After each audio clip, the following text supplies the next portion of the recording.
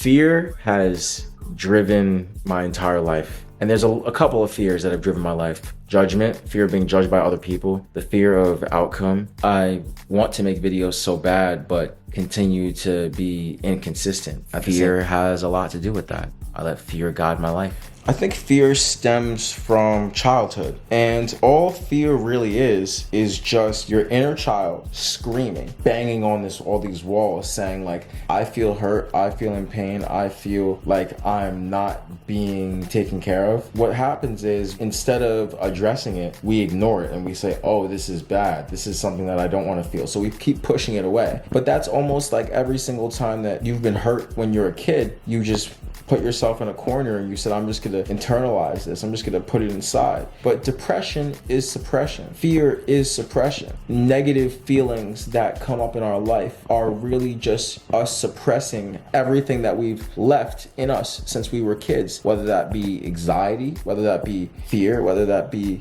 depression, whether that be paranoia. We're not giving ourselves that attention and that allowance to express ourselves and be who we want to be. I have not allowed myself to fully express how I feel and put myself out there fully because I am scared of being judged. I am afraid of people making fun of me and people saying things about me, you know? And I think a lot of us have that inside of us. But if we don't let go of that, and if we don't let go of what people think of us, we're letting other people control us. We're letting other people have power and hold us in their lives, when meanwhile we go to sleep, we wake up every single day by ourselves. So why do we let other people control our lives? Why do we do it? I was watching a video and somebody said something like, fear is a good thing depending on circumstance. So it's like, okay, if somebody's holding a gun up to your head and they're saying, give me all your money now or I'm going to kill you, the automatic human response is, yeah, you're gonna be afraid, and you better be afraid. That's the right time to be afraid. But when we're interacting with people and when we want to do things that show our true authentic selves, fear is something that